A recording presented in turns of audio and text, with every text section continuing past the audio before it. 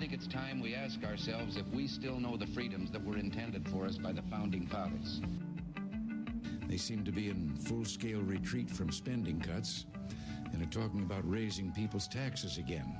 And I have only one thing to say to the tax increasers. Go ahead, make my day.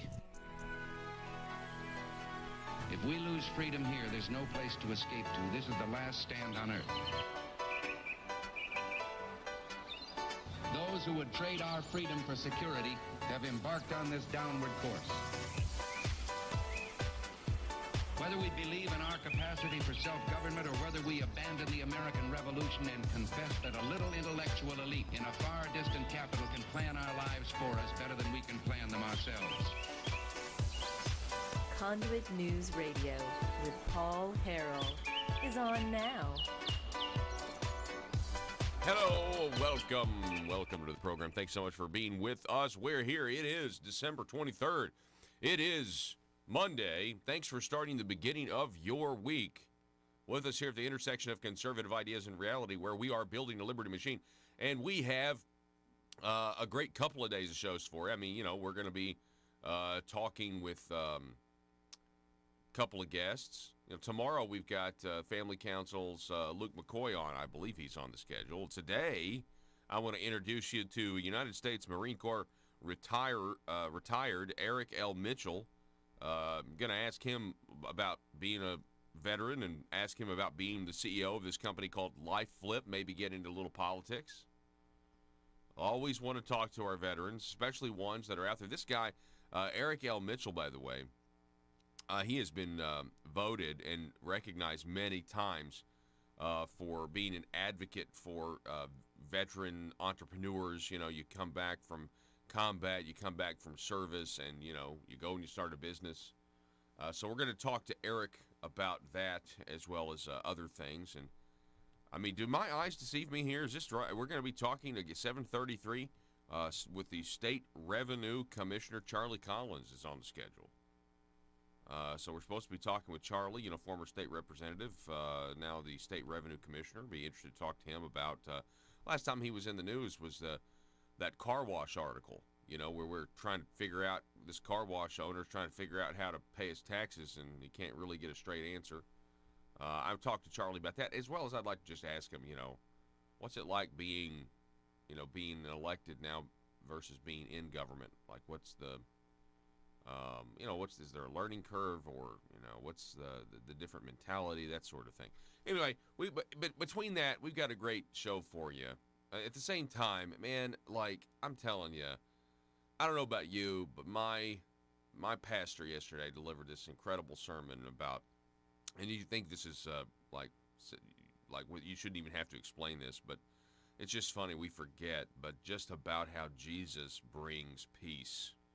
And that's, why he came. And we're really rooted this whole Advent season in Isaiah chapter 9 going through. And I think that's what a lot of people do. Is that the... You did 53? Okay, yeah, I think ours is 9. Just talking about wonderful counselor, Prince of Peace, that sort of thing. And, man, it is just... It was so good. And specifically relating it to, listen to this, okay? Being the Prince of Peace, but relating it to what happened in Mark when the storm came up on the Sea of Galilee, and everybody thought they were about to die, and so what do? They go and wake Jesus up, and they say, "Don't you care about us?" And which is a ridiculous question to ask, but we've all asked something like that before. You're in bad circumstances, and you're like, "Hey," of course, Jesus is just like asleep, which is like, first of all, one of the only times it's actually recorded that he was asleep. And he gets up and he just says, "Peace, be still."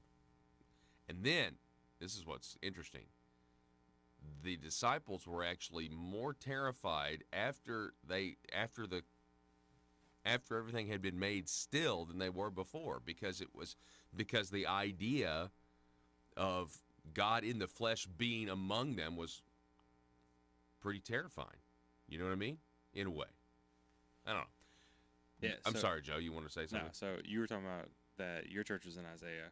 Yeah. So was mine. Mm-hmm. Well, I mean, it's so prophetic. You know what I mean? We were just in a different chapter, though. We were in Isaiah 53 specifically. It was where we sat at last night. But our church this Christmas season we've been kind of looking at the prophecy that led into the birth of Jesus. Like all of the really big time prophecy was like, this is impossible. How is this possible? Type of thing. So like the first week we talked about the virgin birth. And then we talked about Jesus' death, burial, and resurrection. And then yesterday morning we talked about, I'm going to use a big word here. It's a piece of doctrine called the hypostatic union. Okay. All right. Well, which is basically I need a remedial class in that. Basically the idea that Jesus was 100% God and 100% man at the same time. Okay. It wasn't some like chili pot concoction of 20% chili, 20% 80%, 80% lean and 20% fat. Basically, yeah. It wasn't anything like that. He was 100% God, 100% man at the same time. Yeah, that's cool. Anyway, it's Christmas coming up here in a couple of days. Tomorrow's Christmas Eve.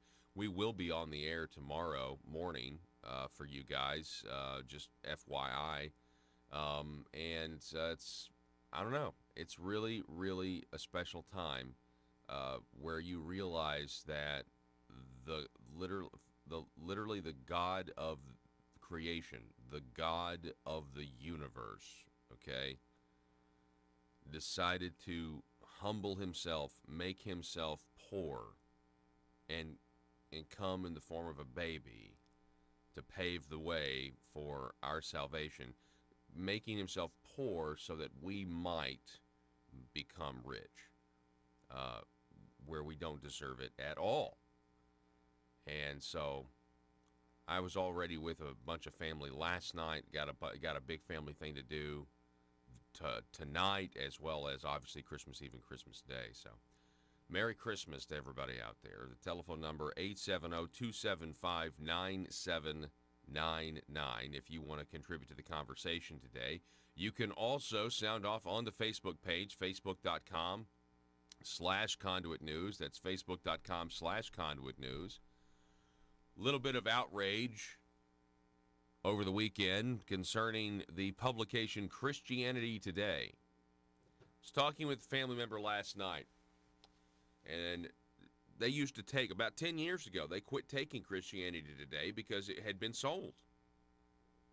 And so a lot of people are figuring this out for the first time.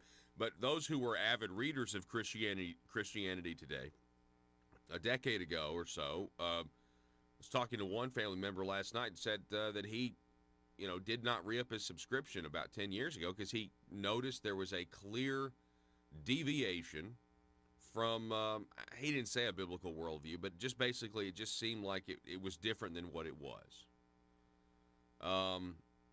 There was the editor of Christianity Today publishes an op-ed and says, hey, Donald Trump needs to be removed. Have you heard about this, Joe? And this is crazy.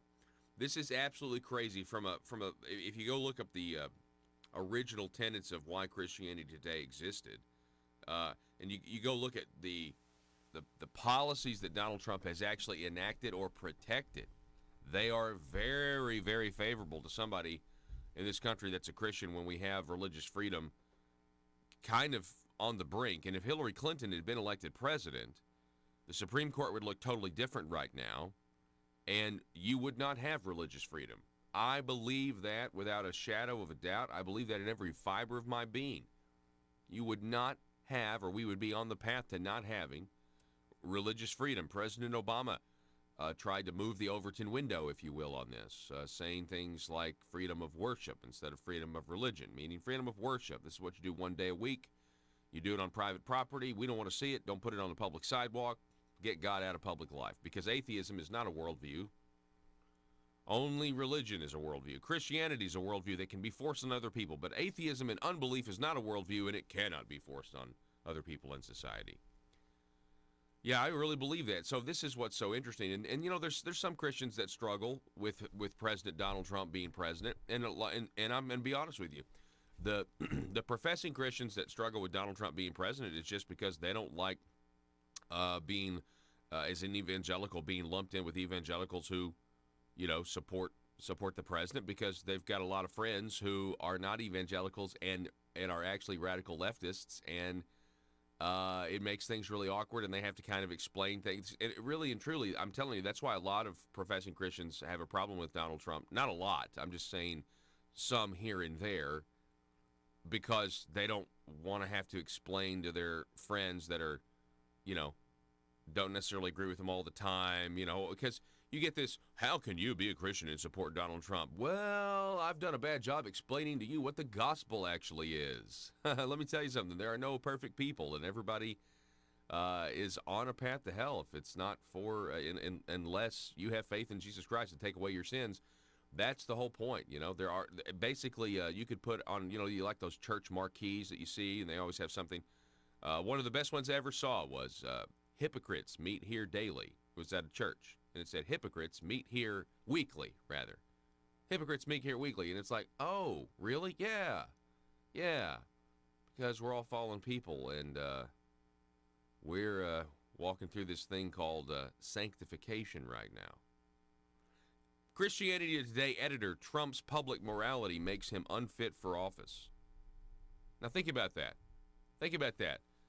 His public morality makes him unfit. Why? Because the guy says what millions of other Americans are already thinking. Well, what they're thinking is wrong. Yeah, but they're still thinking it.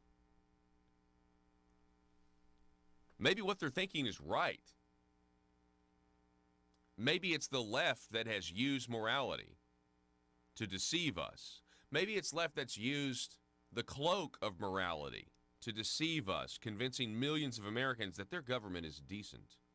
Because Barack Obama can read a teleprompter very, very well and very, very convincingly, and it makes you feel good that there are people in government that you put your faith and trust in, and they've got it, and now the media is saying, there's some orange man in the White House, and he's got nuclear codes, and you shouldn't sleep well, and you don't.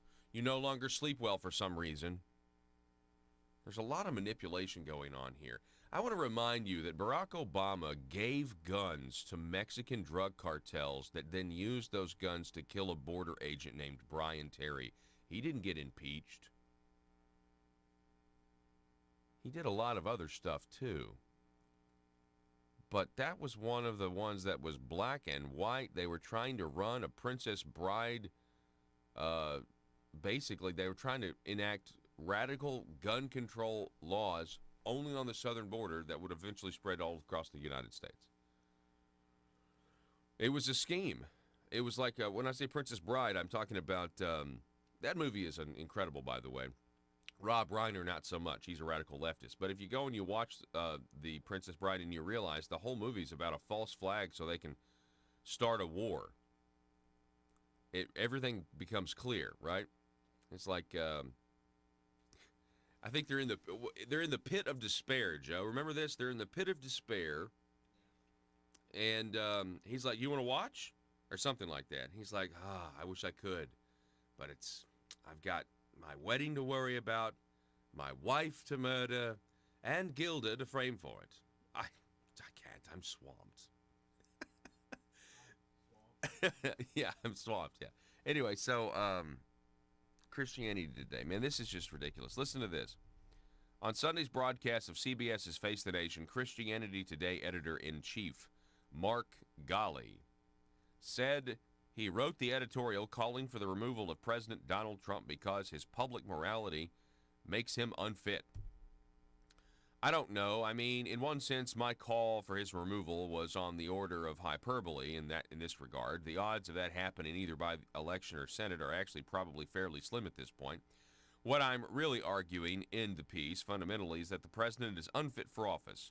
Now that may be a difference without a distinction, without a difference, but the point is, and I'm not really speaking politically, making a political judgment about him because that's not our expertise at Christianity Today. But affirming conversion is, I guess. I am making a moral judgment that he is morally unfit, all right? I even more precisely in his public morality that makes him unfit because all of us, anybody in leadership none of us are perfect. We're not looking for saints. We do have private sins, ongoing patterns of behavior that reveal themselves in our private life. that we're all trying to work on, but a president has certain responsibilities as a public figure to display a certain level of public character and public morality. The point of my argument is not to judge him as a person in the eyes of God. That's not my job, but to judge his public moral character, and ask, has he gone so far that the evangelical constituency that we represent, can we in good conscience do the trade-off anymore? Again, I think you're putting way too much faith in past presidents. I mean, would you rather have a president that tells you who he is and what he thinks? Or would you rather have what we've had, which is some really, really bad guys, I think, that put the cloak of morality and use it to deceive the public into thinking that everything is okay, making it a whole show. A Wizard of Oz situation, if you will. But yet Trump, man, pulls back the curtain. And what this golly guy probably does go, because he's a George Soros shill. I'll tell you about that in a minute. The reason so many people in D.C. can't hate him, aside from the fact that he's making big policy changes, draining the swamp, if you will, is because the way Trump is in public is the way most of them are behind closed doors. At least that's my speculation.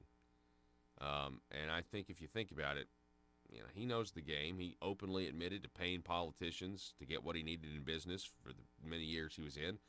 And now he's trying to fix that system, and they'll never forgive him for it. This headline, though, if you want to know more about Christianity Today, they've been lurching left for a while now. The Pulpit and Pen website, pulpitandpen.org, headline, remember that Christianity Today is backed by George Soros. Christianity Today called for the U.S. Senate to affirm the impeachment of the U.S. House. As you soak that in, we'll remind you that it's already been reported by this publication and others that Christianity Today is a Soros front organization. The Post previously mentioned in an earlier article today entitled Top 3 Liberal Articles from Democrat Rag Christianity Today was written by Alan Atkinson earlier this year and first published at the Capstone Report. The article referred to as Christianity Today, and Ed Stetzer partner with Soros immigration invasion. George Soros, the wealthy billionaire, by the way, you're not supposed to be able to mention his name or you are anti-Semitic now, and that's partly because they knew that he was financing those caravans, and Rudy Giuliani has now uncovered massive amounts of evidence, according to him, that he's brought back from the Ukraine, where our taxpayer dollars were going to non-governmental organizations in the Ukraine that are George Soros organizations, and then those organizations would then somehow allow the money to go where? Back maybe to organizations that are affiliated with U.S. politicians, or maybe the U.S. politicians themselves. But if you mention George Soros in a negative way, and you describe him as the specter-like James Bond villain he is, you are now anti-Semitic. Of course, the left and the news media, again, that's a classic example, right? The leftist news media doesn't care when the squad is anti-Semitic because they're Democrats and progressives. So the news priests absolve them, but then they're going to condemn somebody for just mentioning somebody's name, not talking about Israel or the Jews at all, just talking about a man and what he does. It's like, oh, you're anti-Semitic. The news priests, ladies and gentlemen, the news priests.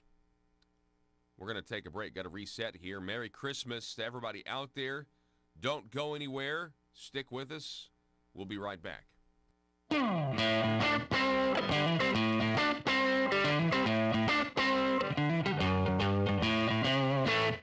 Folks, as a taxpayer or business owner, I know the government rarely gives the people a break. Big government politicians seem to always want more money from us, taxpayers.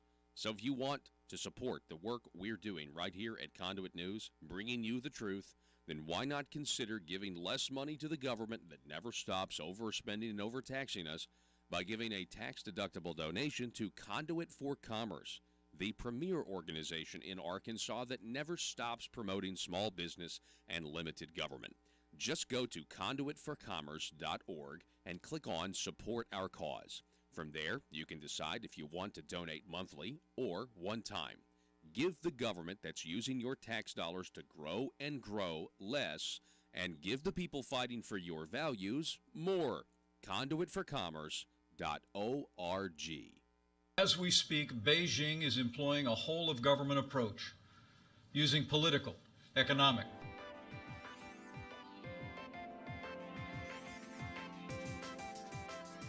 Conduit News Radio with Paul Harrell is building a liberty machine. Find out more at conduitnews.com.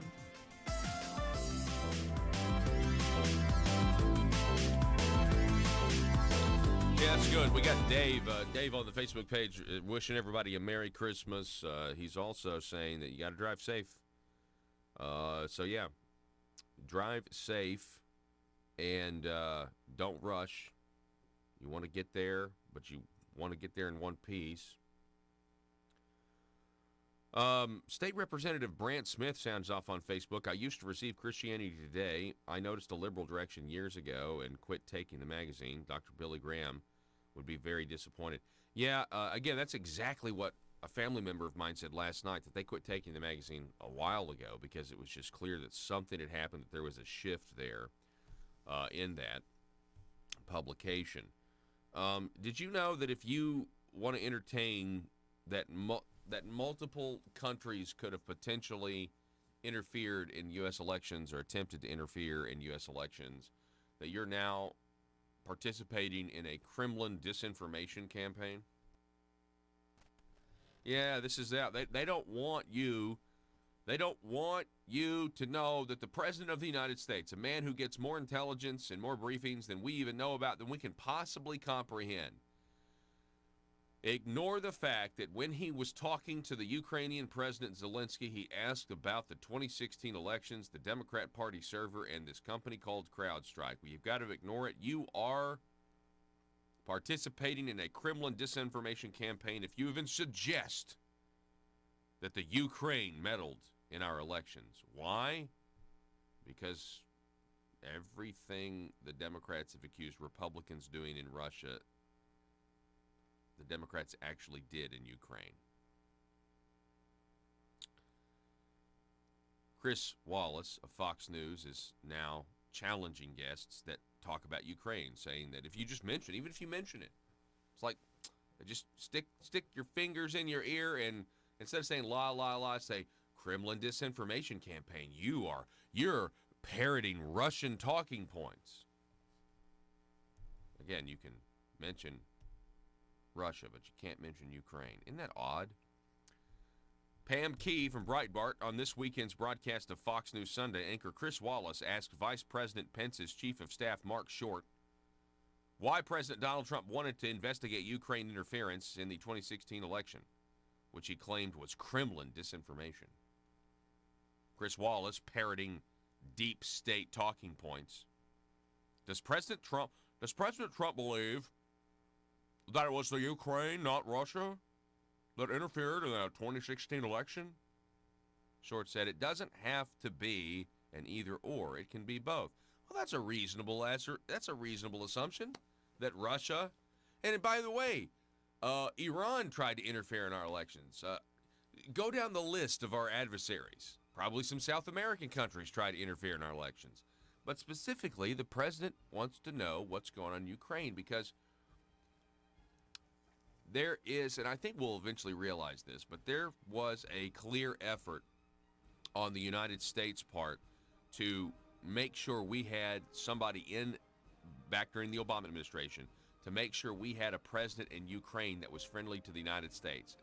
The United States Obama didn't want any sort of president that was favorable at all to Russia. And that's what started this whole thing. If you go back and look about who the U.S. put in power, it's clear that they put somebody in power. Who was removed from power. Go and look at this stuff.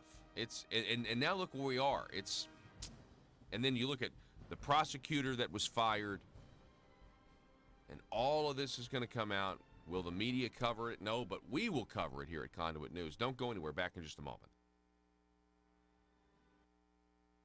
Folks, as a taxpayer or business owner, I know the government rarely gives the people a break. Big government politicians seem to always want more money from us, taxpayers.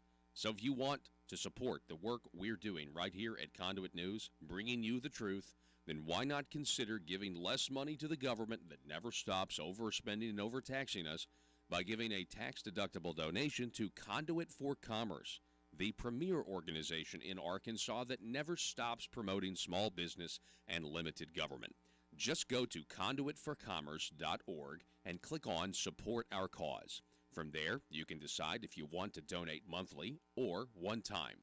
Give the government that's using your tax dollars to grow and grow less, and give the people fighting for your values more. Conduitforcommerce.org. And military tools, as well as propaganda, to advance its influence and benefit its interests in the United States. And I have wanted to welcome back to Arkansas Chairman Chu. Please give Chairman Chu a round of applause.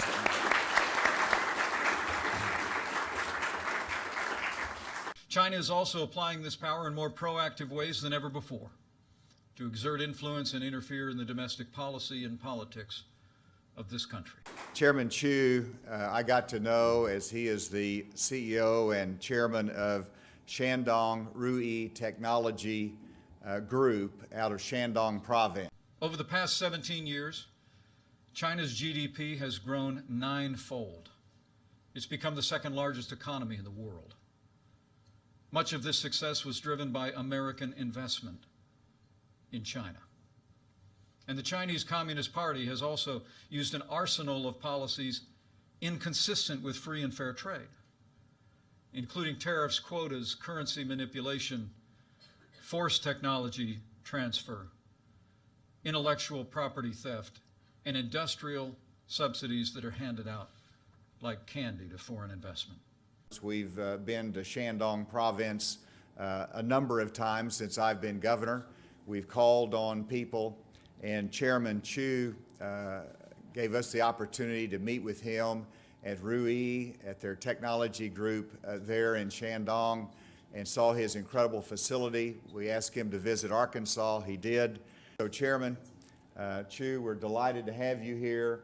I'm excited about signing this agreement with you, and I welcome you to Arkansas. These policies have built Beijing's manufacturing base at the expense of its competitors, especially the United States of America. And I wanted to recognize Chairman Lee to my right.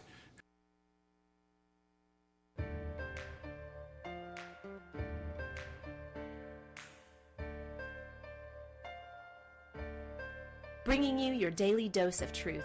It's Conduit News Radio with Paul Harrell.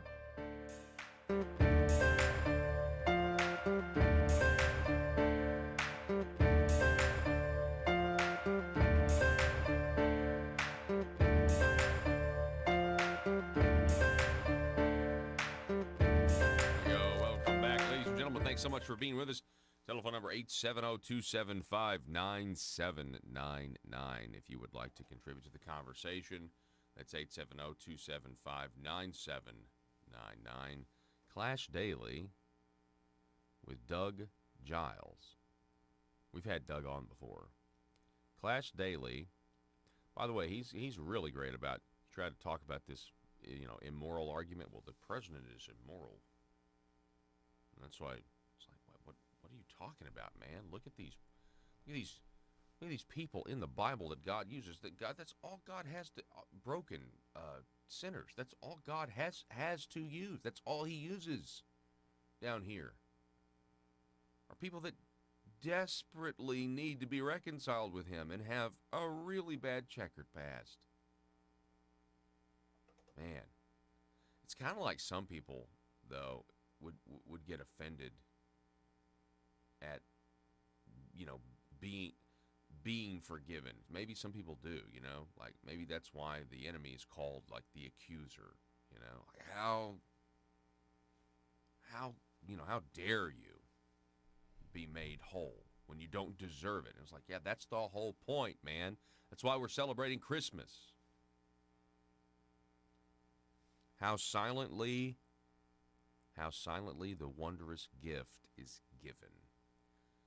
So, Clash Daily with Doug Giles, Wes Walker, writing a headline here: their pro-abortion convictions melt away after watching what one really looks like.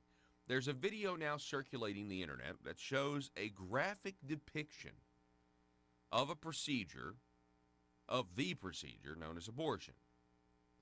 And the reactions from abortion supporters on the street as they realize what really happens is actually, you talk about hope, man. It just lets you know that we've got so many people who are being lied to about not just abortion, but all kinds of political issues, and they need to be able to see it for themselves, and then they instantly realize, oh, wow, this is wrong. There's a profound difference between believing in something as an abstraction and believing in it as it really exists in the real world. You might say that there's some people that have that trouble with the idea of lower taxes and that sort of thing. Oh yeah, believe it on the campaign trail, but when it comes to bringing that into fruition, we'll take more money from the people than we actually give back. There are some things that we speak about in bland clinical terms that we would see in a very different light if we ever saw it up close and personal. Here are a few examples. Domestic violence. You experience that. You have a unique opinion about that. War, addiction, car crashes, gang violence, terminal cancer. You can add another one to the list, abortion. It's one thing to blandly pontificate about the viability of some kind of abstract clump of cells and whether the right of those cells to enter life as a baby outweighs the mother's right to kill it for any reason or none at all. As these man-on-the-street style interviews show, there is a world of difference between knowing all of the clinical terminology and processes involved and actually being confronted with a short 1-minute video of the reality of the act itself. Now, I'm going to show you the video here. It's on Twitter. Joe, go ahead and cue up this Twitter video. I want people to see. Now, you're not going to see an abortion, okay? You're going to see the people's reaction to watching a 1-minute of a video of an abortion taking place. Very much like Abby Johnson. Remember Abby Johnson? She was the Planned Parenthood POC technician, product of conception technician, and it was her job to put the baby back together to make sure they got all the parts. So the camera view that you're going to see does not show what they're actually looking at. It only shows the reaction. As you observe people watching the video of the procedure, they so offhandedly endorse only moments earlier. When it stops being an abstraction they can dismiss with euphemisms, the scene changes entirely. Should that really surprise us? That's exactly the reaction of a Planned Parenthood rising star and clinic manager when she first saw what happened through the ultrasound imagery. That image haunted her, and she eventually quit and made her story into a feature film called Unplanned. If you're curious about the footage she saw, the website that carries it gets referenced right at the end of the video. Again, Wes Walker, ClashDaily.com. Just real quick, I want you to see it or hear it. I mean, because it really, in a way, should embolden us, not just with abortion, but all kinds of issues. You know? There's a lot of people out there that are absolutely blind to the truth because they just believe what the media tells them. And the media are actively trying to deceive most people. Or most of the media are actively trying to deceive you. And you know, it also really comes down to, like, not you really can't even trust when it comes to, like, obviously you can't trust CNN, you can't trust MSNBC, but if you take an outlet like Fox News, right? There's only a few of those programs that are telling you the truth, and the rest are mimicking the same narratives of their cable and network TV counterparts. And it's isn't it weird that you get the exact Same spin everywhere? Listen to this, though. This is somebody being confronted with the truth, and they instantly change their mind. It's refreshing. Each individual, it's up to them what they want to do. I think everybody should be allowed the right. I'm not really for it or against it. Everyone has their right to kind of do what they feel is right in their own life. So what I want to show now is a short 1-minute video of what an abortion procedure looks like at various stages from 10 to 24 weeks. That baby is too big to do now. Oh, allow it. No way. Sorry, I don't think I can do it. Yeah, I'm sorry, I can't look at it. Sorry.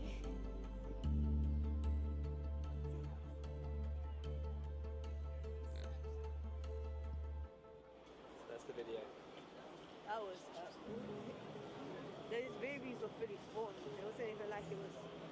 They had hands. I didn't know it was like that. That's a body. That's a full, not full grown, but it's fully developed. That really shouldn't be right. That's technically, even though the baby may not be out, that's technically, I will relate that to murder. I don't think they should be cutting up babies like that. No. I'm a bit speechless, actually. It is a person, and people don't realise that. A lot of people think, oh, it's just a bunch of cells and that. To a point, but, 3 months and on, you can really see the formation and everything, so, yeah. Yep. All right, stop. And they see you. That's the blurred image of it. They give you that website, abortionreality.com. Anyway, isn't that incredible? Where you have people, how often does that happen in life? Where you've got somebody that is talking about a subject, in their minds, in an intelligent, informed way. You show them a 1-minute video, and all of a sudden, they say, wow, no, they shouldn't be cutting up babies like that. They shouldn't be, that baby's, no. It very rarely happens. People don't like to admit that they're wrong, right? They don't like to admit, a lot of people don't want to admit that there are these, I want to say news agencies, but I mean, no one really actually thinks that specific, but there are these news agencies actively trying to deceive them for, a variety of reasons. But just like at a more base level, I think some people just don't want to admit that there are, the human will would be that insidious, that would be that cruel to try to manipulate someone's thoughts, to try to control someone's thoughts, and yet that's what they're doing every single day. There's a lot of people that are just uncomfortable with that being unveiled, if you will, just the thought of it. But I'm telling you, more and more people are waking up. More and more people are waking up to this reality that the government, the media, it's all not been what they've been being told for so many years, and it started kind of more recently with the Brett Kavanaugh hearings. I think the whole thing's happening with impeachment. I can't believe that Nancy Pelosi is not going to send the impeachment over, because they would do a fast acquittal. It would be over and done with, and then the president can say, see, I'm vindicated. And a lot of people now are starting to think that the reason Nancy Pelosi has not sent the articles of impeachment is because she knows that Lindsey Graham and others are going to start allowing Rudy Giuliani to testify, allowing others to testify about the actual corruption in Ukraine with American counterparts. And so let's say that they set those testimony dates. Many people are thinking she's going to wait, because this isn't, this is really like, you've got to put the media's reporting aside on this, and you just got to look at the two different sides that are clearly there. One side saying the president's corrupt, the other side saying the entire Democrat Party is corrupt, and it's also going to ensnare, I think, Republicans and Republican organizations as well. I mean, let's not forget, Fusion GPS was affiliated with anti-Trump, never-Trump Republicans or people on the right before they went all in and paid for the Steele dossier and everything else. So it's not just the Democrats, it's this big show that's being exposed, that's been used to dupe us for so long. And so that's what it's a race to expose actual corruption versus a race to convince the American people that corruption happened when it really didn't. I mean, I find it absolutely incredible that you have Fox News' Chris Wallace talking about, you can't say that. That's a Russian disinformation campaign. When the President of the United States was spied on by these same intelligence agencies that Chris Wallace now references to support his claim that, well, that's a Kremlin talking point about the Ukraine interfering in our election. Again, does President Trump still believe that it was the Ukraine, not Russia, that interfered in the 2016 election? He says it doesn't have to be either or, it can be both. Wallace follows up, forget the question of Russia. Does the president believe that Ukraine interfered in the 2016 election? Short, again, Vice President Mike Pence's chief of staff, Short says, he thinks we should at least investigate it, Chris. When Russia interfered in our election, Barack Obama was president, Joe Biden was vice president, and Joe Biden himself said he was in charge of Ukraine policy. His son is getting between $50,000 and $80,000 a month to serve on a board where he has no experience whatsoever. So his question is, why shouldn't we investigate it? Yeah, by the way, if there's nothing there, you shouldn't even worry about it being investigated. Right? President Trump's been investigated 6 ways to Sunday, and you haven't found anything.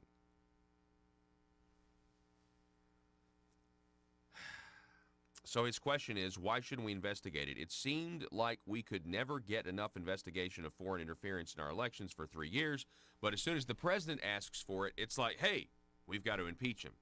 Chris Wallace then says, quote, well, that's not why it happened. As you know, there was a phone call and the question of the conditionality of a White House visit and giving the military aid. It was on that basis he was asking for the investigation. He added, every major U.S. intelligence agency says it was Russia that interfered in the election. During a House intel... Well, hang on. First of all, there was no quid pro quo, Chris Wallace. They didn't impeach him on a quid pro quo. They didn't impeach him on bribery. They impeached him on abuse of power. There's no criminal statute they cited. They impeached him on obstruction of Congress. Again, no criminal statute they cited because the president's going to court to resolve a dispute between an equal branch of our government? It's crazy. Definitely not impeachable. And there was no quid pro quo, though. I mean, they didn't even know about the suspended Ukrainian aid until a month after that call. Anyway, he goes on, Chris Wallace. Every major U.S. intelligence agency says it was Russia that interfered in the election. During a House Intel Committee hearing, a member of Trump's National Security Council, Fiona Hill, said that this idea that Ukraine interfered in the election is Kremlin disinformation. So why does the president think it's still worth investigating whether Ukraine did something? Mark Short said, why don't we try to find the bottom line in the answers? We're not questioning Russia's interference. I'm expecting that, but it doesn't mean that just because Russia interfered, it doesn't mean others didn't as well. All of these major intelligence agencies say that it was Russia. Leave Ukraine alone. Don't look in Ukraine. Don't look over there. It's like that Bugs Bunny cartoon. Where is he? He's not in that stove. Don't look in that stove. He's not in that stove. Would I like this match? Would I turn on this gas if he was in there? Would I like this match if he was in there? He's not in that stove. Don't look in that stove. as they light the whole country on fire to keep us from looking in the stove. That's exactly what they're doing.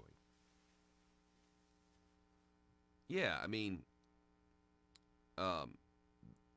citing U.S. intelligence agencies that say, don't look over here, the same intelligence agencies that spied on the Trump campaign and lied about FISA applications and coordinated with the Democrat Party's third-party Fusion GPS that paid for a fake dossier about hookers and urination and, still, I know the Horowitz report didn't necessarily get into this, but still don't really know who, planted the story, the bar room talk, if you will. I think more of that's going to come out. And Joseph Mifsud, who they claim is a Russian asset, which is he's really a Western intelligence asset. Nobody can find that guy, by the way. The Italian government now believes, did you read this, that Joseph Mifsud is dead. So go figure. Is he dead? I don't know, but I'm just saying the one guy that we all need to talk to is gone. But don't say, whatever you do, don't say that the Ukraine interfered in our elections. That's a Kremlin talking point because the U.S. intelligence agencies say so, and the U.S. intelligence agencies are huge fans of Donald Trump. They love him. They support him. They agree with all of his policy decisions. What did Chuck Schumer say on Rachel Maddow about Donald Trump and intelligence agencies? If you go after the intelligence agencies, they've got 6 ways of Sunday getting back at you. So good luck, Mr. President. And what have we seen? People say the deep state's not real. Really? The deep state's not real. Yet all these people that say the deep state's not real, boy, they love a good spy thriller, right? They love a good James Bond movie. They love a good Mission Impossible movie. People think they just mistakenly misunderstand the human condition. You look at all of these powers that these governments have, all of the surveillance capabilities, and that's what we're talking about, right? We're talking about massive amounts of surveillance capabilities if you want. If you're willing to push the right button or sign the right piece of paper or lie to the right FISA judge. It's like, you're asking the wrong question. You're asking the question, why would people do this? You misunderstand the amount of unchecked power and authority they have. The real question is, why wouldn't they do it? Because they've got it right at their fingertips, and they did it to try to keep President Donald Trump and then undo the election after he won it. Try to keep President from being elected. I fully believe that if Trump had lost, they were going to put him in jail. To teach any free-thinking billionaire who's not loyal to anybody to never try to assume power again.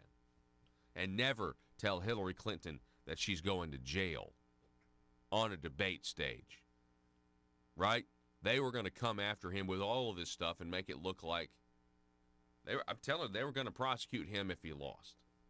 He won, and they tried to prosecute him. What do you think they would have done? Think about that. He became the President of the United States, and they still tried to frame him and remove him. What do you think they would have done if he would have lost? We got to take a break. Back in just a moment. Don't go anywhere.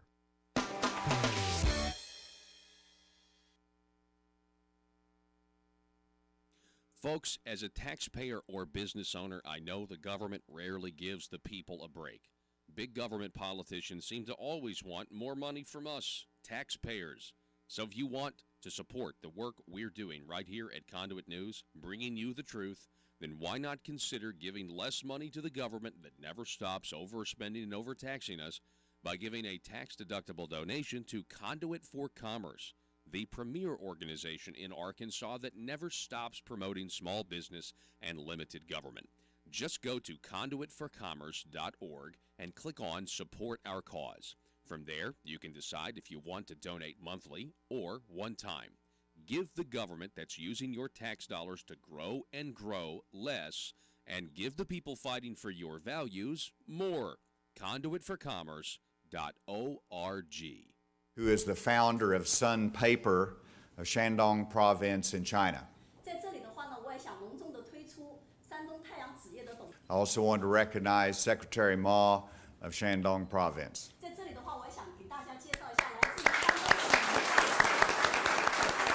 As President Trump said just this week, in his words, we rebuilt China over the last 25 years. Last November, as you know, I traveled to Shandong Province. I met with Chairman Li. I toured Sun Paper Company along with Mike Preston. While in China, we signed a letter of intent on behalf of the state of Arkansas with Sun Paper, indicating that Sun Paper wanted to put a major bioproducts mill.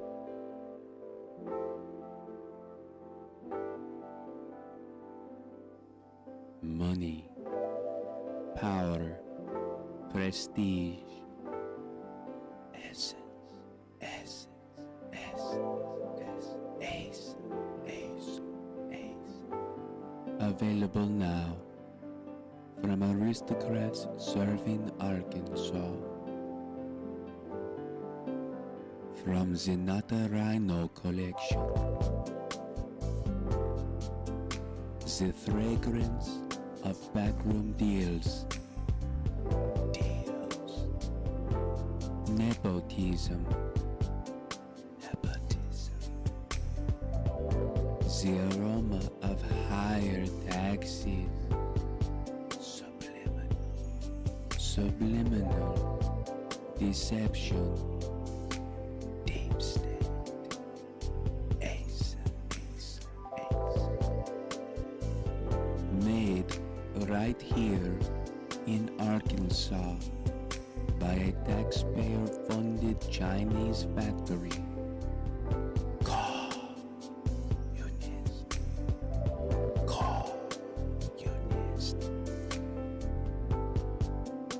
Every bottle carefully crafted for you. Gender neutral. Nothing says aristocrat like Essence of Bureaucrat. Essence of Bureaucrat by Asa.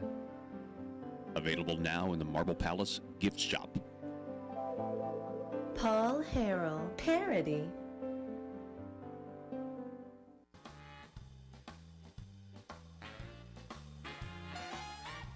Determined to drain the swamp in Little Rock, it's Conduit News Radio with Paul Harrell.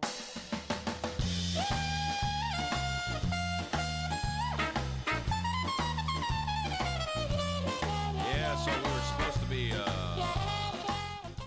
we were supposed to introduce you to Eric L. Mitchell. Had him confirmed multiple times, the CEO of this company called LifeFlip. But Eric, I don't know. I guess he was tied up or something. So we didn't get to talk to Eric today on the program. But maybe we can, reschedule it. Or, maybe it's just one of those times where it's like, it's the 23rd of December and there's a lot of eggnog out there. Or maybe it was the 22nd of December. I'm sorry, it's just a bad joke. Let's see here. All right, when we come back, I want to tell you about a few things. All right. Arkansas Governor Asa Hutchinson has a little bit of a dilemma on his hands because there are these refugees from Syria, okay, and they need a place to live. And there's Republican governors all across the country that are under this dilemma because the Trump administration says that essentially no refugees are going to states, even if local communities want them, unless their governors come out and publicly say, yes, we'll take them, which is great. I think that, the governor would say, would have to okay whether or not you're going to get refugees from war-torn areas. I'll give you that story next.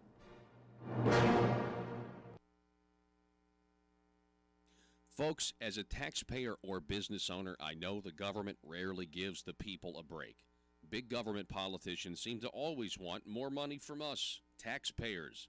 So if you want to support the work we're doing right here at Conduit News, bringing you the truth, then why not consider giving less money to the government that never stops overspending and overtaxing us by giving a tax-deductible donation to Conduit for Commerce, the premier organization in Arkansas that never stops promoting small business and limited government.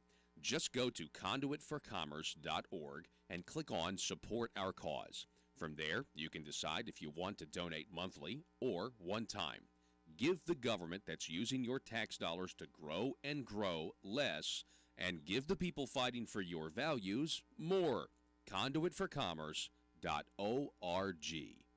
In South Arkansas, the Communist Party has set its sights on controlling 90% of the world's most advanced industries, including robotics, biotechnology, and artificial intelligence. To win the commanding heights of the 21st century economy, Beijing has directed its bureaucrats and businesses to obtain American intellectual property, the foundation of our economic leadership, by any means necessary. Chairman Lee and I met yesterday.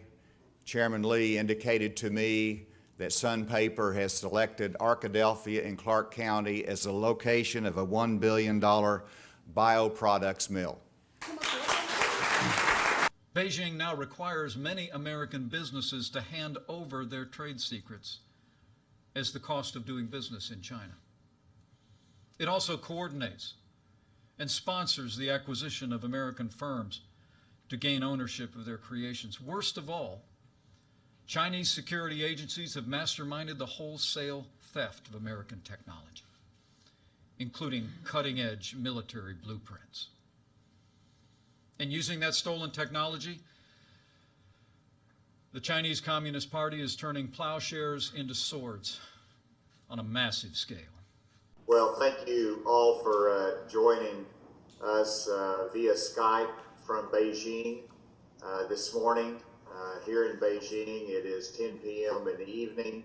I've had a very successful trip to China. China now spends as much on its military as the rest of Asia combined. And Beijing has prioritized capabilities to erode America's military advantages on land, at sea, in the air, and in space. I've spoken at Tsinghua University here in Beijing, which was a treat for me to speak with young Chinese students about Arkansas, and also to talk about the relationship between China and the United States. China wants nothing less than to push the United States of America from the Western Pacific and attempt to prevent us from coming to the aid of our allies. But they will fail. Beijing is also using its power like never before. Chinese ships routinely patrol around the Senkaku Islands, which are administered by Japan. And while China's leader stood in the Rose Garden at the White House in 2015 and said that his country had, and I quote, no intention to militarize the South China Sea. Today, Beijing has deployed advanced anti-ship and anti-air missiles atop an archipelago of military bases constructed on artificial islands. China's aggression was on display this week when a Chinese naval vessel came within 45 yards of the USS Decatur as it conducted freedom of navigation operations in the South China Sea, forcing our ship to quickly maneuver to avoid collision. Despite such reckless harassment, the United States Navy will continue to fly, sail, and operate wherever international law allows and our national interests demand. We will not be intimidated, and we will not stand down. And we'll be calling on multiple prospects in China, as well as continuing our relationship with Sun Paper in Shandong Province. In recent years, China has taken a sharp U-turn toward control and oppression of its own people. Today, China has built an unparalleled surveillance state.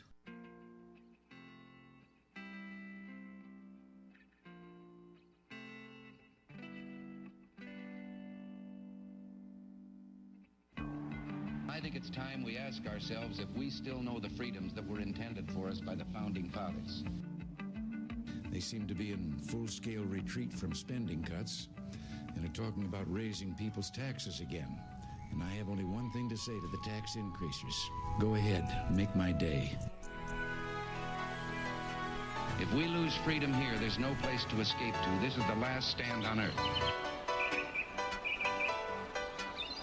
Those who would trade our freedom for security have embarked on this downward course.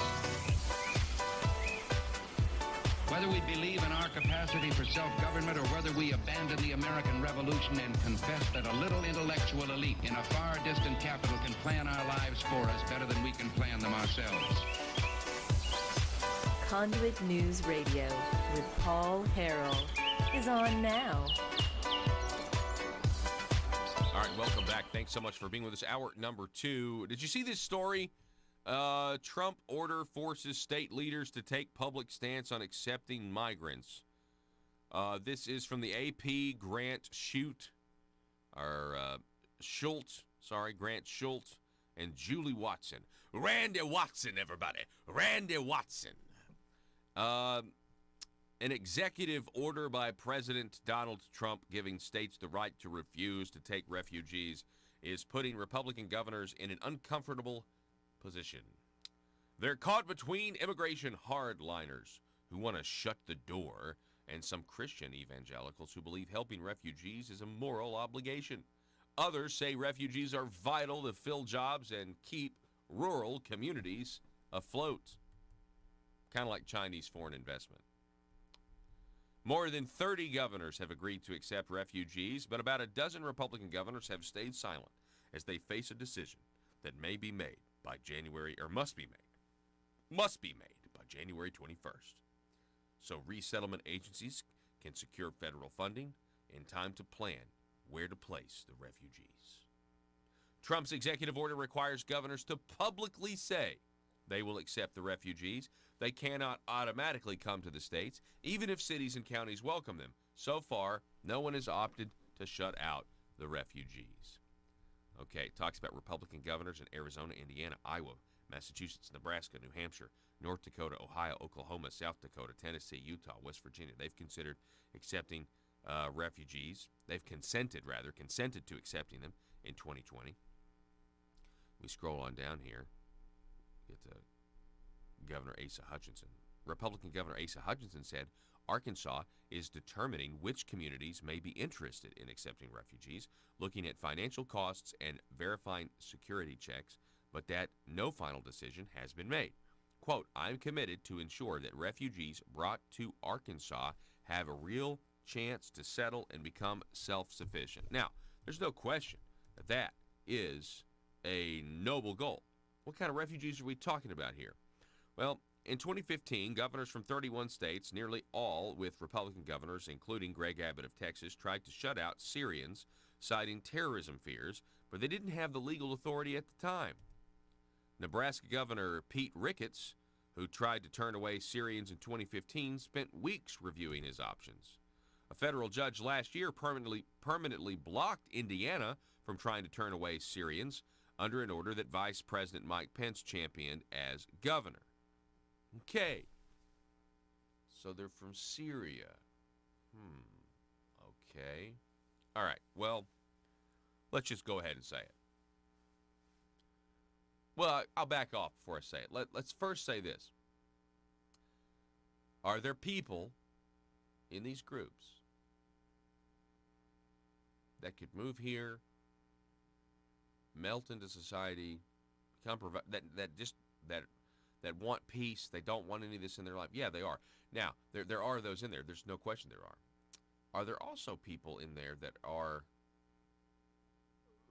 from a culture that are so ingrained in a culture of violence and blood? That's what we're talking about here.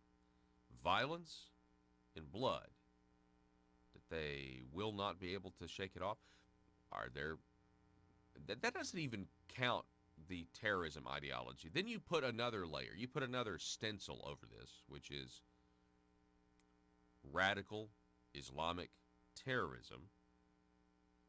Then you start thinking, okay, we've got a potential here to bring people whose religion tells them to hate those who are not of that religion, and kill those that don't agree with them. You know, at some point you've got to weigh the opportunities, and as a government, your main job as a government of the United States, I don't know about these other governments, but the United States' main government job is to protect people in this country first. It just is. There's nothing offensive about that. This is how countries have operated since countries have existed, right? This is what they're supposed to do. They have borders, and you want to make sure that your citizens are safe. At least ideally, at least that's what we're told. So, I mean, I just think to myself, as an individual, moral obligation, if I see somebody that needs help, it doesn't matter where they're from. If I have the means, help them. But this is a very, very delicate situation. And from my standpoint, because there's the chance, the very real chance, that, and it would happen over and over again, that we would be importing terrorism, potentially, because there's the very real chance of that, my answer would be absolutely not. Sorry. And I'd have no trouble explaining that to certain evangelical groups either. If especially if you're the governor and your job is to keep your citizens safe, and you understand the threat of radical, the potential threat, assuming these are Syrians, which this article says they are, from the Middle East, and just because that doesn't mean they're from Syria. They could be from somewhere else, and they walked across a border somewhere. You don't know. This is the thing. You have no idea. There's all kinds of other evidence you can use, like what's going on in Europe, what's going on in Germany, what's gone on in the UK. One of the main reasons the UK had enough people that voted for Brexit was because their country doesn't look the same anymore. Not based on the color of skin. Please don't hear that. Based on the fact that there's police officers that won't go into certain areas of town and actually enforce United Kingdom laws because they're scared to. Okay? All of that needs to be taken into consideration when you're talking about something like this. And think about all those angel moms. I mean, think about all the angel moms for a second who have deceased children because they were killed by an illegal immigrant, whether it was murder or whether it was a hit and run or a drunk driving accident. These people, if we would enforce our laws, if we were able to control who comes here and who doesn't, those are 100% preventable deaths, assuming you could secure the border, right, which is not secure. Well, you can't secure it. It's too right. No, you can secure the border, okay? Like, I can't stand people that say, yes, you can. Does that mean nobody's going to cross illegally ever? No, that's not what it means. But we can certainly stop caravans from thinking they can just walk in here or get asylum or whatever. I guess my point is, you got to be really careful with your immigration policy, especially these days. The rest of the world is extremely volatile. There were times in American history where we just shut down the immigration system, and nobody said we were racist for it. It's like, okay, we're going to take a time out, cool off for a little bit, kind of recess things. And I know people want to do the compassionate thing. I get it. But you got to think, what is the number one goal? Let me ask you, what do you want your government's number one goal to be? I mean, the whole point, most Republicans are Republicans because that strong national defense. Okay, strong national defense. Does that mean we just let people change this country through immigration when it doesn't make sense? I mean, you know what? There are also other ways to help refugees other than allowing them to move here. And again, you say that, and it's a difficult situation because there are people who definitely could use the help and would not be a threat in any way. But how do you know? Now, maybe the Trump administration, I tell you this much. This is what I would do. If I were governor and the Trump administration has a new rule, okay, and the new rule is if you want refugees, you got to publicly say you want the refugees, or we're not going to send them to you. My response would be publicly, and I would disclose all of this. I would want to know, Mr. President, what are the current screening procedures? I'd want to get that out there in front of the public. I'd want to know what they were versus what they are now. Just food for thought. Now, with all that being said, okay, Joe, show them this Arkansas Democrat Gazette article. The one about Trump. This one we were just covering. Okay? Look at this headline. Not that one. Yeah, this one. Refugees pose dilemma for governors. Trump order forces state leaders to take public stance on accepting immigrants. Okay? Or refugees. Okay, that's that article. You see it there? Now I want you to go to the Breitbart article right next to it, which is this. No, I'm sorry. That's the wrong one. This one. The backup. Let's see. Hang on. Where did it go? There's a study that's done. I'll tell you what. Go to the front page of Breitbart. I had this pulled up myself, and apparently I don't. Right there. Study. Immigration to redistribute 26 congressional seats to blue states for the 2022 election, and they mention Arkansas is going to having lost a seat. And I couldn't believe this when I read it. This is a big deal, and I think it goes right in line with it goes right in line, and this is why they wanted the citizenship question on the U.S. Census, by the way, and they couldn't get it. John Binder, the nation's illegal and legal immigration system, this is a huge story, will help shift 26 congressional seats primarily from red states and redistribute them to mostly blue states next year, according to a new analysis. Now, again, this is just a study. This is just a report. It's just a prediction. It could be wrong. Every year, the United States imports 1.2 million legal immigrants who largely arrive to reunite with foreign relatives already in the country. This level of annual legal immigration is, in addition to the hundreds of thousands of foreign workers who arrive on work visas every year and nearly 1 million illegal aliens who successfully enter the U.S. Research by the Center for Immigration Studies, Stephen Camarata and Karen Ziegler, finds that annual illegal and legal immigration to the United States will redistribute political power in the form of 26 House seats away from a number of red states and towards massively populated blue states like California and New York. To put this number in perspective, changing the party of 21 members of the current Congress would flip the majority in the U.S. House. Ohio, a swing state that voted for Trump in 2016, will get 3 fewer congressional seats in 2020 due to mass immigration in other states. Michigan and Pennsylvania, who also voted for Trump in 2016, will each have 2 fewer congressional seats. Wisconsin, a Trump-supporting swing state, will have its congressional seats cut by at least 1. Red states such as Alabama, Arkansas, Georgia, Idaho, Indiana, Iowa, Kentucky, Louisiana, Mississippi, Missouri, North Carolina, Oklahoma, South Carolina, Tennessee, Utah, and West Virginia, Camarata and Ziegler predict, will all get 1 less congressional seat in 2020. Smaller blue states such as Minnesota and Rhode Island will each receive 1 less congressional seat. Those seats cut from mostly red states will be redistributed to California, the most immigration-inundated state in the country.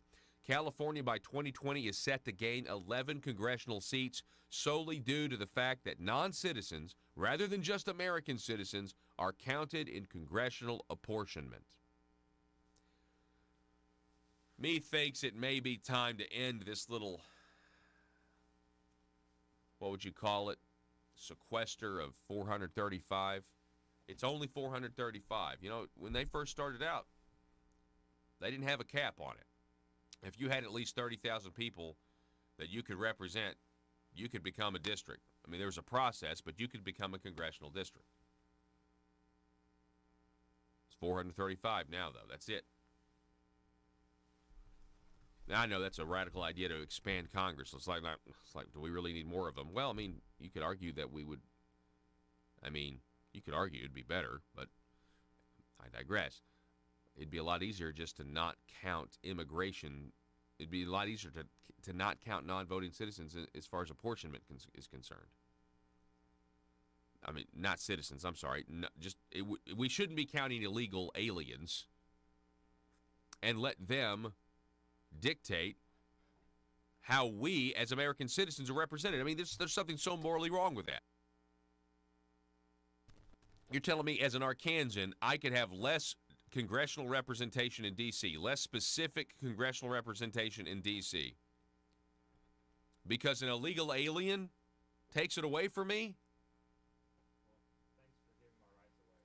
You're taking our rights away. That's exactly right, Joe. Because we won't control immigration policy. Now, again, this is a study. This is a prediction. It could be wrong.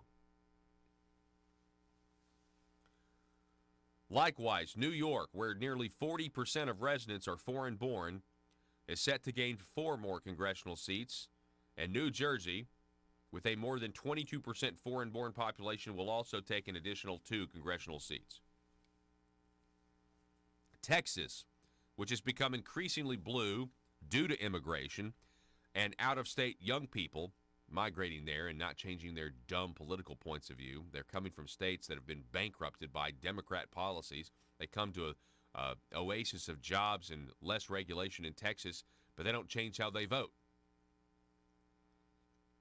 Texas, which has become increasingly blue due to immigration and out-of-state young people, will gain another 4 congressional seats, as will the swing state of Florida with its foreign-born population of 4.1 million.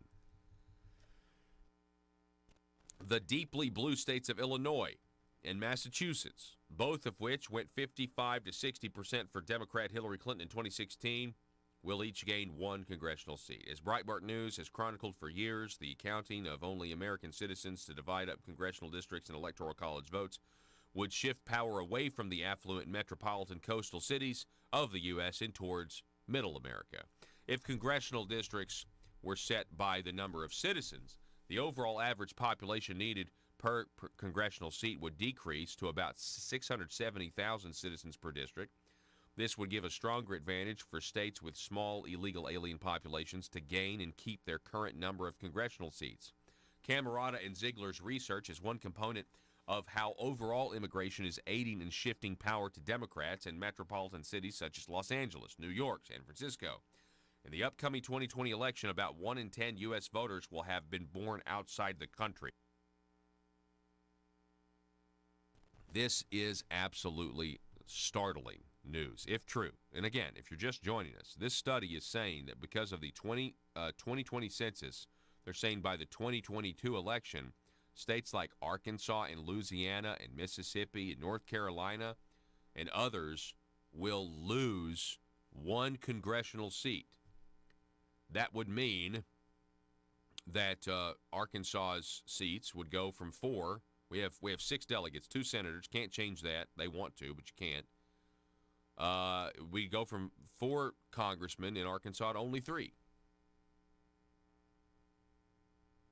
You think illegal immigration is not a problem? We sure. I mean, do these refugees that we let permanently settle here from Syria, do they count? Now, in the case of moving Arkansas, maybe it would help. Honestly, I don't think it's probably not that many. It's not enough to, But the overall immigration policy, when you're talking about, I mean, what were they saying with New Jersey, a million folks, these states that are set to gain congressional seats, they've got a large amount of people that are immigrating there every year. Anyway, let me know what you think. We're going to check the Facebook comments. Sound off. Folks, don't go anywhere. We'll be back. Merry Christmas to you. We'll be back in just a moment.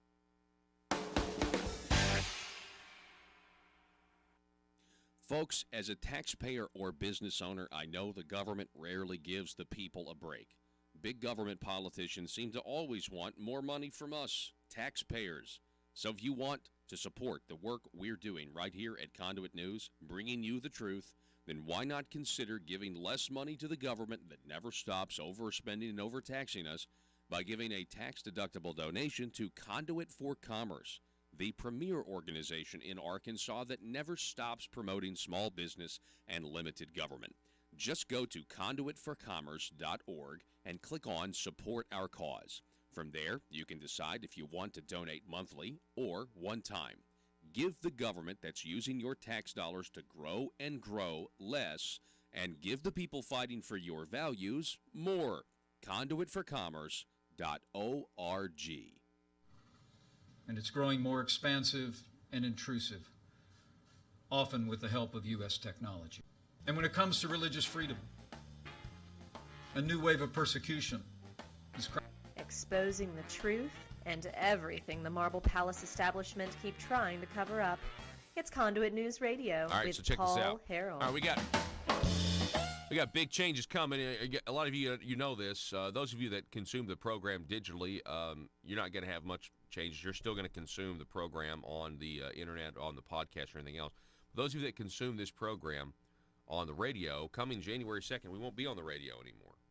Actually, coming January 1st, because New Year's Day we won't be here anyway. But January 2nd, we'll be coming out with new shows, new content, new formats, but it's all going to be online. It's all going to be digital. So it's very big changes coming. We understand that. We got that. We know what we're doing. We're going to reach a broader audience, even bigger audience than we're reaching now. And we're really excited about it. So you've got to go to conduitnews.com. You got to go to the YouTube channel. You got to go to Facebook, or one of the three. And either give us your email address so you can stay tuned, so you're going to know about it, or subscribe to YouTube. That's the easiest thing to do, is go on YouTube, your phone app, and subscribe to the YouTube channel, Conduit News, and click the little bell to receive notifications. And from there, you're going to get, when we upload new videos and stuff, breaking news and that sort of thing, you're going to get all of that. And you're going to like it. You're going to like the new website. You're going to like the new look. You're going to like the same great insights, same great news, but you're going to like the presentation of this show much better than than what you see now. What you see now is not what you're going to be seeing at the first of the year. Okay, can't emphasize that enough. I'm really excited about it, but I need you guys out there, especially those of you listening on terrestrial radio. I need you guys to touch us digitally. That didn't sound right. I need you guys to reach out and contact us, and so that you still have so that you still have this conduit, of information from us to the people. All right. Telephone number 870-275-9799. Do I still see this? This is on my schedule, right? We have the coming up here at 7:33. We're supposed to be talking to the State Revenue Commissioner, Charlie Collins. Charlie Collins, again, former state representative. It's been a while. What is it? I mean, the last time he was on the program, it was a minute ago, right? But I just wanted to reach out to him and want to have him on and talk about, number one, he was quoted in this newspaper article about the car wash tax, and you had the business owner that can't figure out what tax to pay, and so he was testifying before, I think, the ALC on that. And but anyway, hopefully. Anyway, we'll be talking to him here in just a few minutes. So don't go anywhere. Merry Christmas to everybody out there. Can you believe it's 2 days away, Christmas? You still have time. I would also entertain any recipes you guys have for standing rib roast, because that's what I'm tasked with cooking. I mean, I've got mine, but I'm trying to debate on how I'm going to cook it. I know the recipe, I know the rub, but I'm not really sure about the method, because I saw a video where they deep fried standing rib roast, and it looks incredible. But then again, I'm like kind of kind of like deep frying a. It's not like it's a turkey, man. It's prime rib. You don't deep fry prime rib. Apparently, some people do. Folks, as a taxpayer or business owner, I know the government rarely gives the people a break. Big government politicians seem to always want more money from us, taxpayers. So if you want to support the work we're doing right here at Conduit News, bringing you the truth, then why not consider giving less money to the government that never stops overspending and overtaxing us by giving a tax-deductible donation to Conduit for Commerce, the premier organization in Arkansas that never stops promoting small business and limited government. Just go to conduitforcommerce.org and click on Support Our Cause. From there, you can decide if you want to donate monthly or one time. Give the government that's using your tax dollars to grow and grow less, and give the people fighting for your values more. Conduitforcommerce.org. Crashing down on Chinese Christians, Buddhists, and Muslims.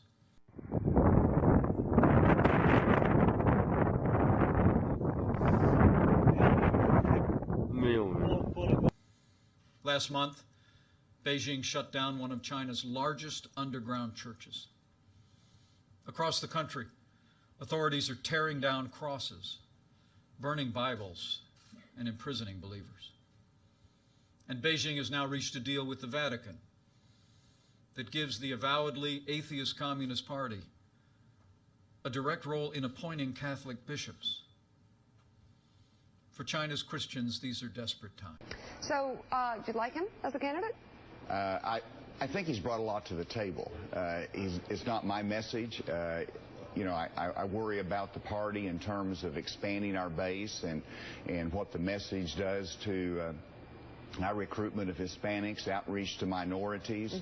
And so you've got to worry about the fall election and whether this is a message that's going to carry in Michigan, Ohio, and Florida, and those states that we need to carry. The American people deserve to know. In response to the strong stand that President Trump has taken, Beijing is pursuing a comprehensive and coordinated campaign to undermine support for the president, our agenda, and our nation's most cherished ideals. I think you've got to listen to what he says and how he conducts himself, and I don't know that he would be that different from what he is now in negotiating with Vladimir Putin. So, you think that's a good thing or a bad thing? No, I don't think it's a good thing. We need people who, in the presidency, that understand how the world works, understands that there's a time for bluster and there's a time for reason. The Chinese Communist Party is rewarding or coercing American businesses, movie studios.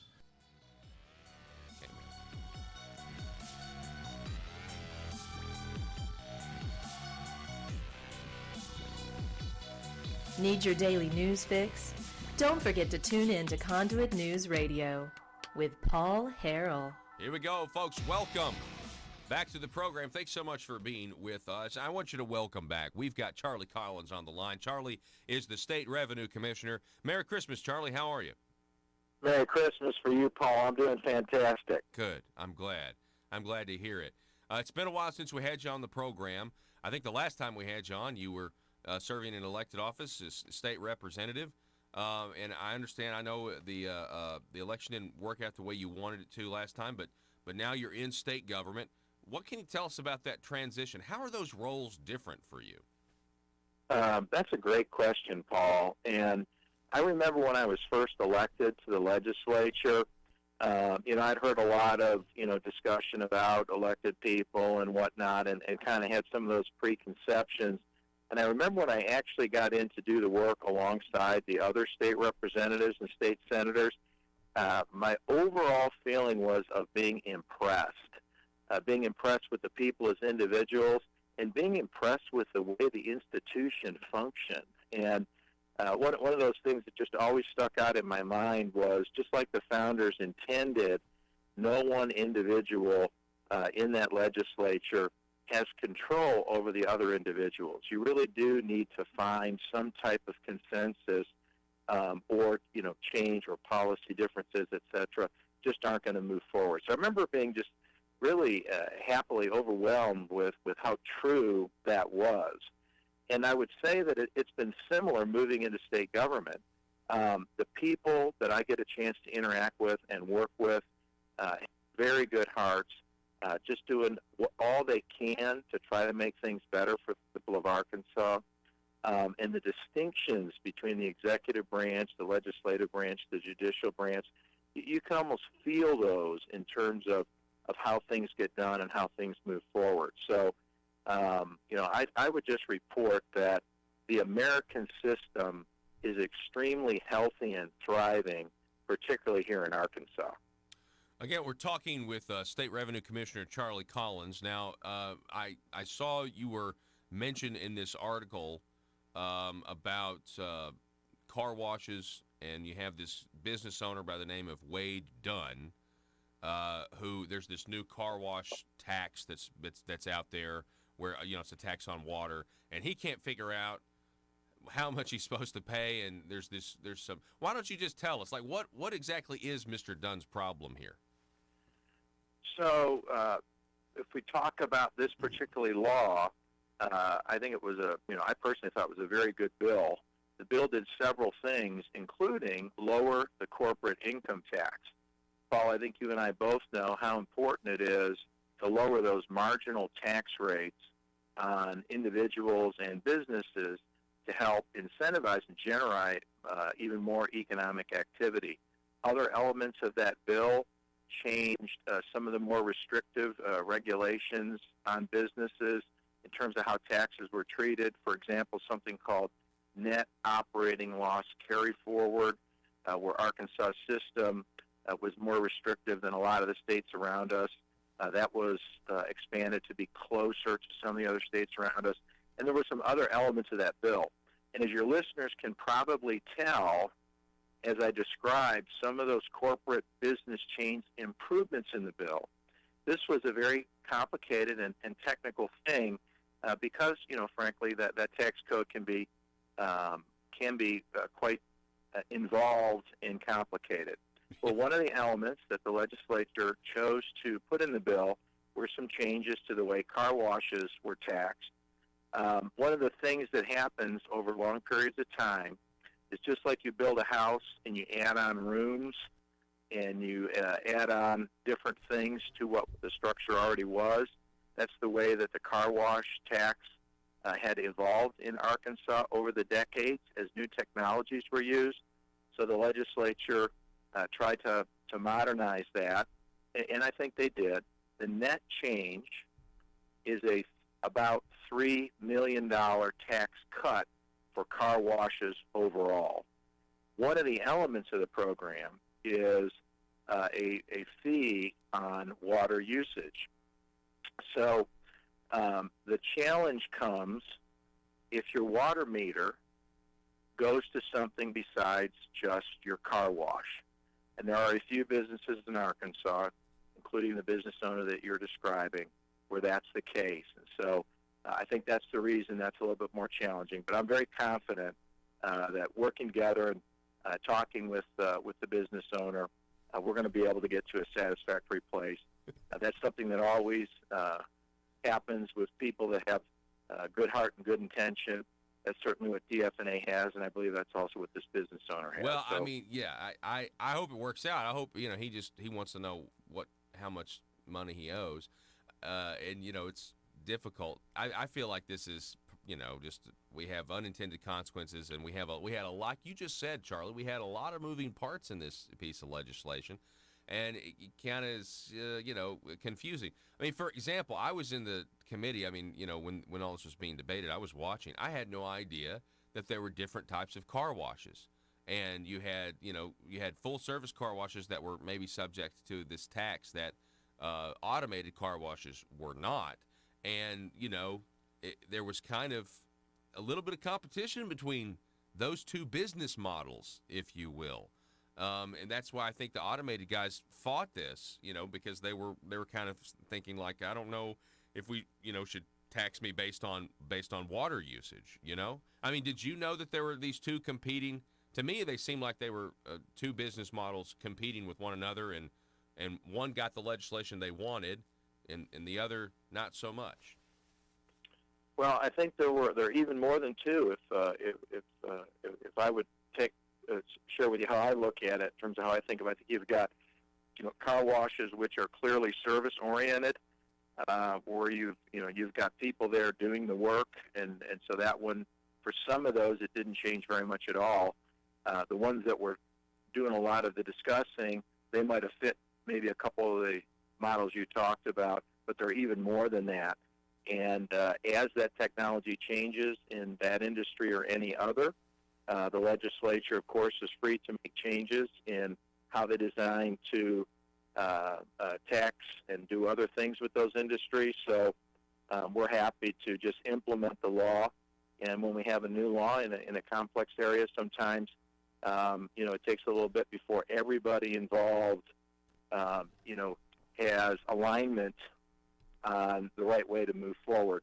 The reality is we've got something like 80,000 businesses that are registered taxpayers in Arkansas, and when you have that many businesses, the good news is the thumbs up part is, we're thriving as a state. We're creating jobs as a state. People are going to work as a state. That means that since business is healthy, even as we're making these changes to lower tax rates, we're still doing well in terms of collecting revenue to pay for the essential services of the state. And we're going to work through all of these things and come to fair and satisfactory outcomes for everybody involved. I'm very highly confident of that. We're talking again, folks, with Charlie Collins. He's former state representative. Now he's the state revenue commissioner here in the state of Arkansas.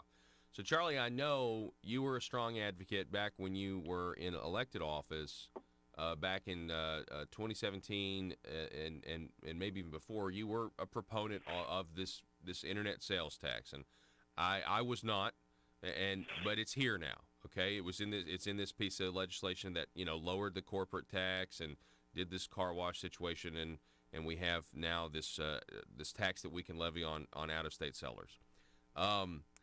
And I believe, I've seen some local headlines from around the state from counties and cities that there's reporting out there, and they are attributing some increase in sales tax collections to this new amount of revenue coming from online sales, because everybody knows people are buying online more and more and more every single day. And I'm wanting to get a figure at some point, and from what I've heard that the state isn't really able to tell how much more money is coming in as a result of the internet sales tax.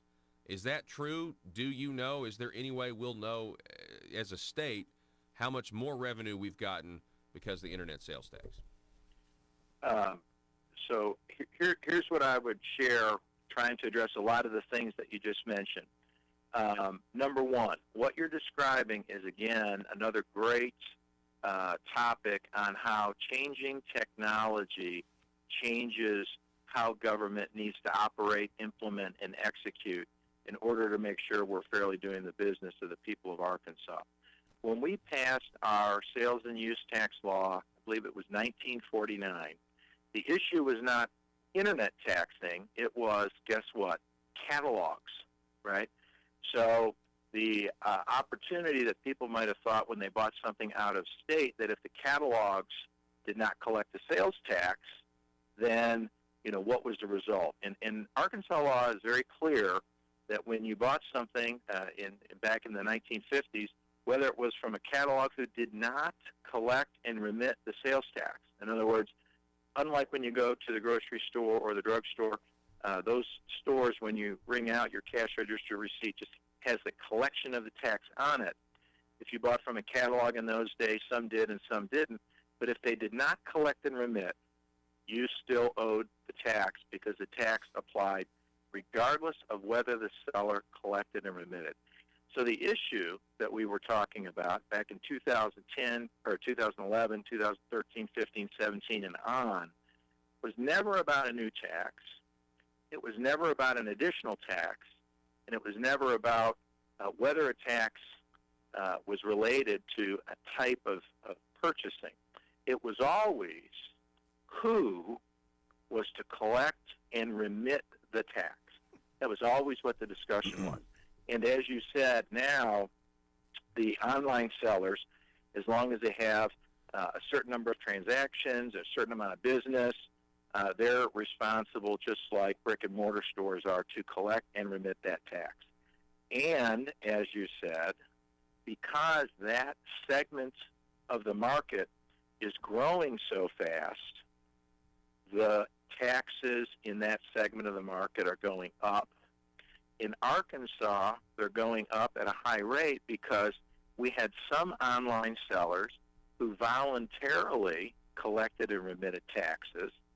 But since the law changed, we've got many more that are registered and collecting and remitting. So there's no question that the tax collections from online are going up. I think the question would be how much of that is incremental, i.e. more overall sales, and how much of it is sales shifting, which is sales taxes we might have collected 5 years ago from a brick and mortar store, which are no longer being made at a brick and mortar store and moving over to online. The other thing that's going on there is the fast change in those businesses in terms of the models and new businesses forming and other businesses rolling into other businesses. So there's a lot of complexity there, but I think the overall answer is sales taxes, and we report those every month, are going up, not too different overall from the forecast that we've made so far this year, as a sign of a healthy economy, as a sign that our Kansans are continue to purchase goods and services, and yes, the online portion is growing at a healthy clip. Overall, we're growing at not too different from the forecasted clip. So, to be clear, we don't really. Are you just saying it's too complex for us to get a knowable figure of? Well, we're not. One thing we can't do, obviously, is talk about individual businesses or subsets of businesses that would in any way, expose any businesses, tax situation in any way. So, is there a way, after the fact, once we've had a certain amount of data collection to try and go do some analyses and say, in this collection of businesses, in a previous time we got this much. I think it's a good idea. I may look at that just to see if we can get some insight. But on a running basis, we're aggregating up from all the taxpayers as we collect revenues. Those get aggregated, and we'd have to find some way to do some type of analysis where we completely protected any individual taxpayers and look at them by groups. And it's really pretty early to have that kind of analysis and draw conclusions beyond the broader conclusions which I'm sharing you now, which is overall sales tax collections in Arkansas are healthy. They're not that different than the forecast, and we definitely see the growth in online sales, just as you can see that reported on CNBC and other places. Those trends are definitely affecting Arkansas. So, do you agree, or do you remember, I think it was State Representative Dan Douglas on the House floor earlier this year. Man, I can't believe it's the end of the year. That's crazy. But, he was asked back when they passed this particular law that put into effect, this new revenue stream, the state taxing out-of-state sellers, and they're passing the cost on to us. He said the estimate was a wag. He said it was a quote, wild-ass guess, the estimate of how much money this was going to generate, how much new revenue growth this was going to generate. He didn't say that. Well, I don't know if it was said in committee, but I know it was said on the House floor. So what was that estimate? The Department of Finance and Administration, was it just a wild guess? No, in my view and in my experience, the Department of Finance Administration, Arkansas, does some of the best forecasting, and their methods are as good as it gets. I really love the forecast and the fiscal impacts that DFNA does on income tax. And the reason I love that is because we have the ability to say, in year X, 2017 or whatever year it is, we ran all the tax returns in Arkansas using the tax laws as they existed. To do an impact statement on an income tax law change, we can go reprogram our system to pretend the changes were in effect for that tax year, run the whole thing again with those changes, get the new collections that would have shown up on the returns, and compare that to what we actually got and give a concrete estimate that far surpasses any other method that anybody else could ever do in any type of tax, in my view. Now, that would be for an income tax change. We have that kind of a tool and methodology where we can really be extraordinarily confident that the forecast and the estimate is just such a superior method that barring some outside changes, exogenous variables, as we like to say in economics, that barring that, the estimate is going to be solid as a rock. Now, when you move away from that into other things, you talked about car washes earlier, which is a brand new area, and measuring water and trying to estimate what or in this scenario where you have multiple moving parts, you have new people on registering online, you have changes within the online selling market, and I'll give you one of the examples. Years ago, I think Amazon and retailers like Amazon might sell most of their business direct, and then they got into a model that included more third-party sellers, where third-party sellers are selling on a platform. You have companies like Shopify, which is another type of online model. You have a lot of traditional retailers which are expanding and beefing up their online businesses. So there are so many changes going on that to try to single out one element and attribute all of that change to the fact that the tax is now being collected and remitted, I think that's where it gets tougher to say, the number is, rounded to the nearest tenth of a decimal place. If online shopping was stable as a percentage of total shopping, which it's not, because as we all know, there's a shift toward online. If the online industry was mature, which it's not, but if it was mature, then the way that worked would all be very consistent from year to year. The industry itself would not be evolving and growing and innovating the way it is.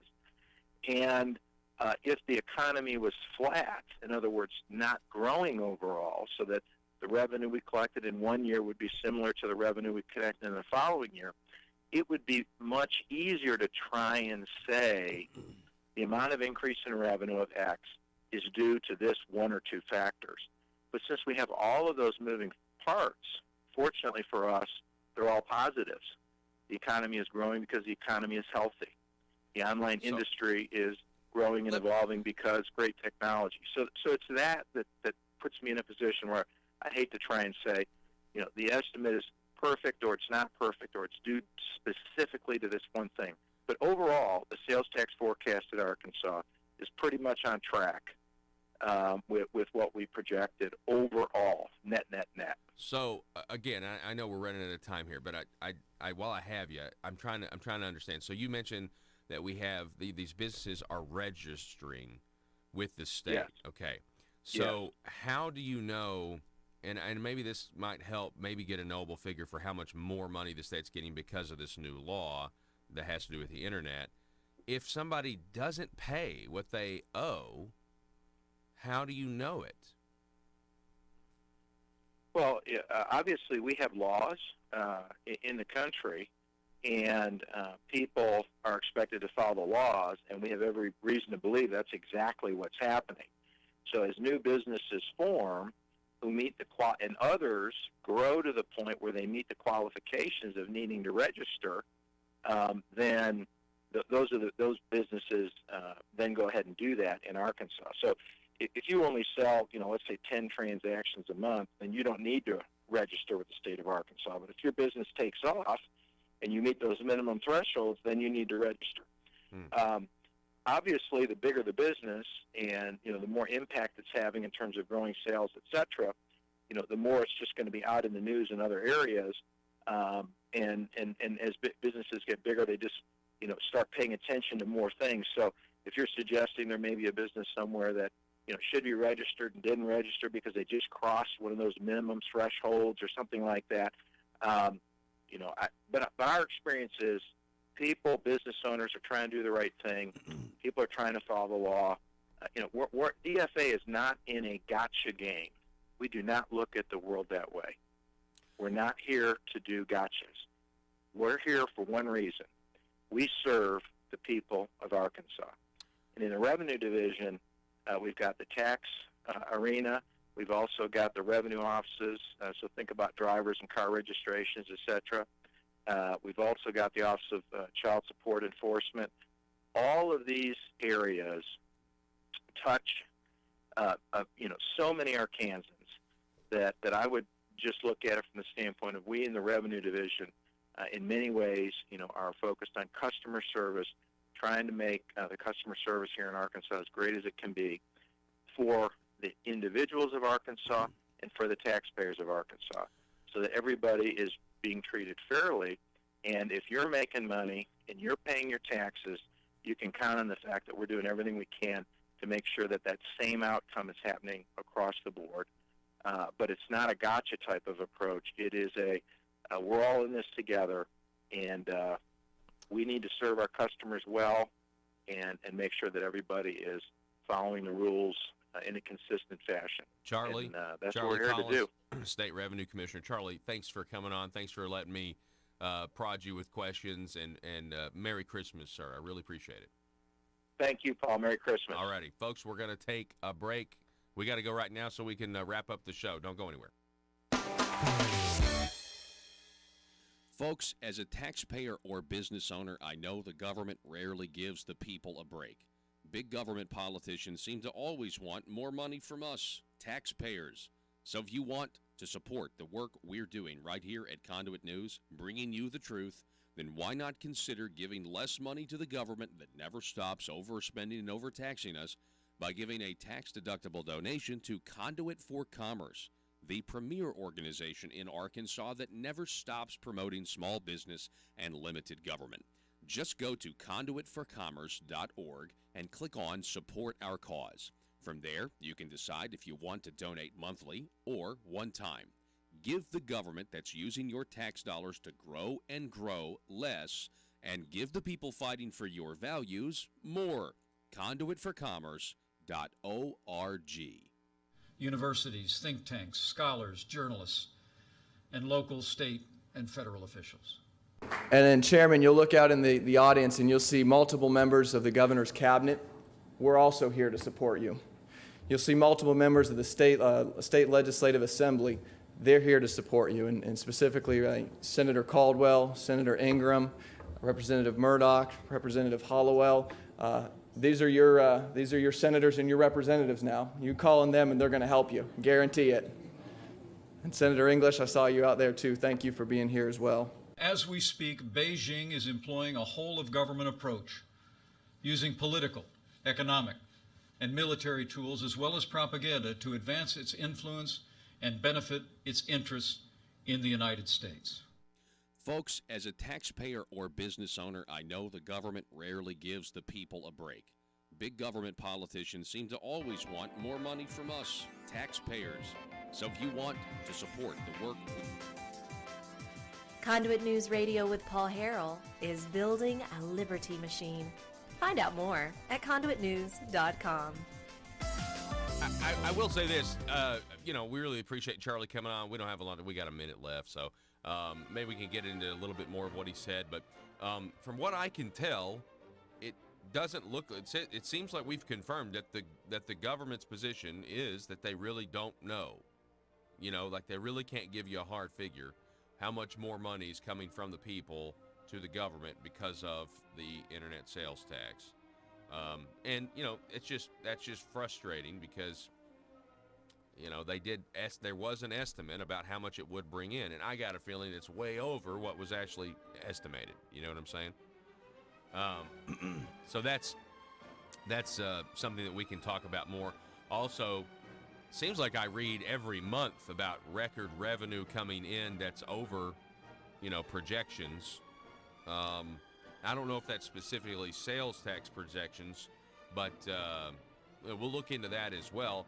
And Merry Christmas to everybody out there, folks. Thanks so much for listening.